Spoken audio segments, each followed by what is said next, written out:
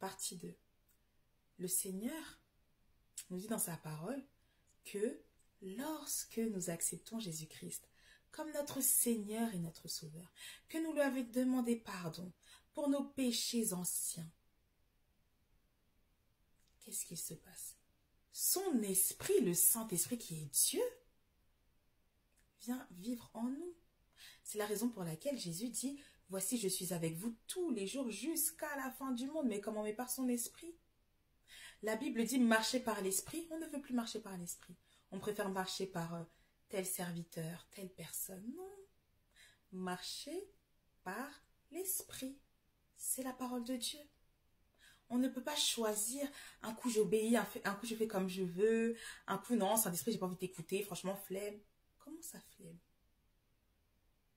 Il est Dieu. Oui, il est amour. Oui, il est tout, mais il est Dieu. La crainte de l'Éternel, ce n'est pas un jeu. La crainte de l'Éternel n'est pas une option. Le Dieu que nous servons est le Dieu tout-puissant, vivant et vrai. Mais si maintenant, nous, dans notre vie, il n'y a pas de différence entre celui qui sert Dieu et celui qui ne le sert pas, c'est normal que les personnes ne peuvent pas croire. Reprenons la mission. Reprenons. Reprenez. Ceux qui avaient l'habitude d'acheter des Bibles pour distribuer, pour parler de Dieu, mais faites-le, refaites-le, vous allez voir. On est dans un temps tellement favorable. Oui, c'est vrai, on a des combats. Mais pourquoi? Parce que l'ennemi, il voit que c'est pas fini. C'est pas fini. Lisons la Bible. Qui est notre Dieu? Qui est ce Dieu que nous confessons? Qui est ce Dieu que nous adorons? Qui est ce Dieu que nous louons? Qui est ce Dieu que nous aimons? Oui, parce qu'il nous a aimé le premier. Mais qu'est-ce qu'il attend de nous? Maintenant, on ajoute tellement de choses, tellement de conditions. Il n'y a même plus de différence. Si on lit la Bible, il y a beaucoup de choses que Jésus avait renversées. Vous voyez? La mentalité, les manières de faire. Le Saint-Esprit, c'est pas comme ça. Ça, ce sont les lois des hommes. Mais au jour d'aujourd'hui, c'est pareil. Les lois des hommes prennent le pas. Hein? Il y a des personnes qui ont à cœur tellement de se faire baptiser. Ben non, il faut que tu fasses le cours. Allez, 1, 2, 3, 4. Combien de temps? 6 mois, 5 mois, c'est comment? 1 an? Il y a même des assemblées où on dit non. Comment ça, non? C'est pas biblique. Ce n'est pas biblique. Si on voit qu'il y a un problème, on doit crier à Dieu pour dire, Seigneur, je ne comprends pas. Je vois ça, mais ta parole dit ça. Quelle est la vérité? Dieu lui-même va se manifester. Beaucoup de personnes veulent entendre Dieu. Mais entendre Dieu aussi, c'est vrai, ça a un prix. Hein. Il va nous demander de faire des choses, nous demander d'abandonner des choses, oui. Mais c'est pour qui? C'est pour nous. C'est pour notre bien. Il va nous corriger, il va nous briser. Il en a besoin. On ne peut pas demeurer en Christ comme nous étions avant, non. Mais le processus de changement pour être, recevoir le vin nouveau dans les nouvelles outres, ça se fait avec le Saint-Esprit. La Bible dit que les commandements du Seigneur ne sont pas pénibles. C'est vrai. En fait, la pénibilité, elle se manifeste, on la ressent quand on lutte avec l'obéissance. C'est ça en fait, c'est vrai. Hein? C'est la chair qui lutte, qui dit non, pourquoi moi je vais faire ça? Pourquoi je devrais faire comme ça, comme si? Moi, je préfère faire comme je veux. Mais si Dieu est ton Seigneur, tu ne peux pas faire comme tu veux. Tu feras comme Dieu veut. Et de toute façon, comme nous tous, on dira, oh Seigneur, merci, vraiment, heureusement que je t'ai écouté. Oui, la Bible est faite de ça. Donc, reprenez vos Bibles, lisez la Bible, maîtrisez-la.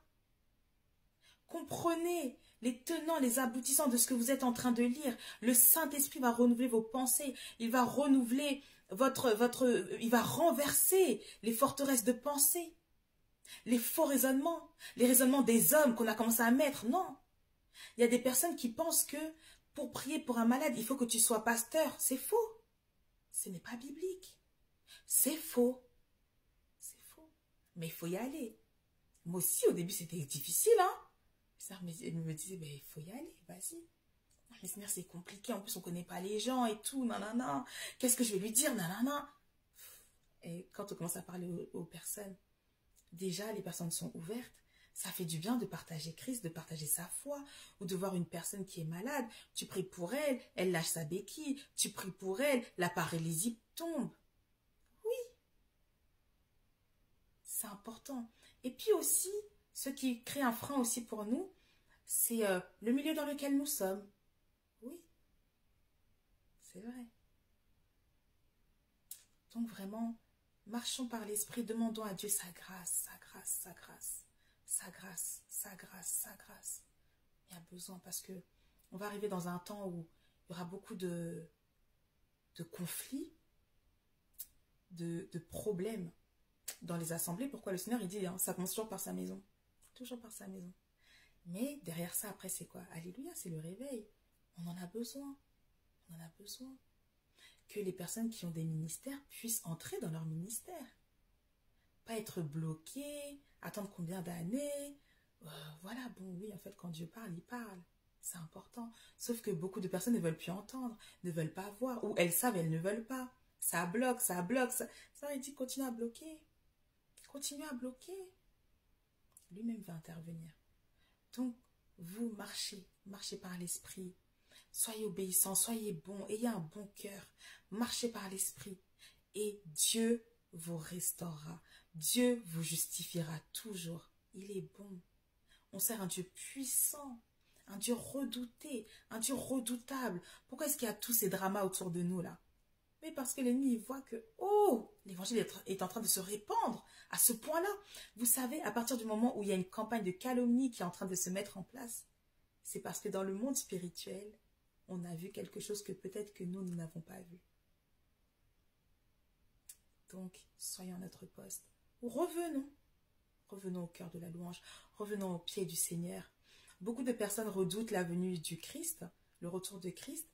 Mais après, dès qu'elles voient une vidéo de repentance, ça flippe, ça flippe, ça flippe. Et puis, ouf, on repart. Non, non, fais attention. Le Seigneur dit, il viendra comme un voleur dans la nuit. Ça veut dire qu'on ne le saura pas. On doit être attaché à Dieu, marcher selon lui, faire du bien, avoir un bon cœur, pardonner. Beaucoup de personnes seront disqualifiées à cause du manque de pardon.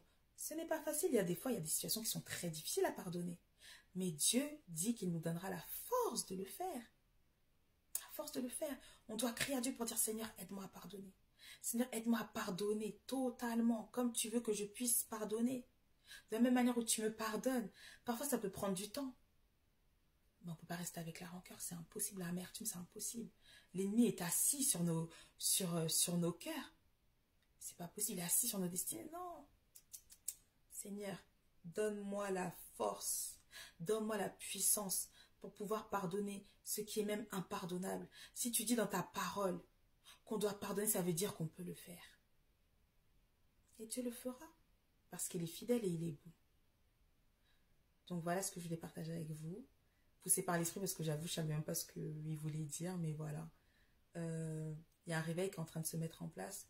Beaucoup seront déstabilisés, parce que qui dit réveil, c'est-à-dire qu'à un moment donné, il y a quelque chose qui est parti, il y a quelque chose qui était mort, et on s'en rend tellement plus compte que, ben voilà. Et après, quand le Seigneur est en train d'agiter, ah, on commence à voir les vrais visages. Amen. La parole n'a pas changé, Dieu n'a pas changé. Il est fidèle, il est vivant.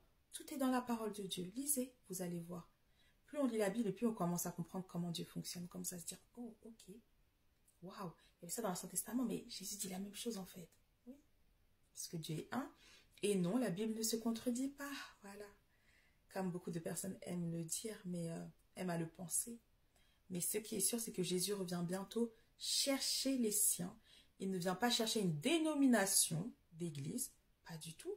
Il revient chercher son peuple, ses enfants, ses bien-aimés, ceux pour qui leur cœur brûle, ceux en qui le Saint-Esprit voilà, est là.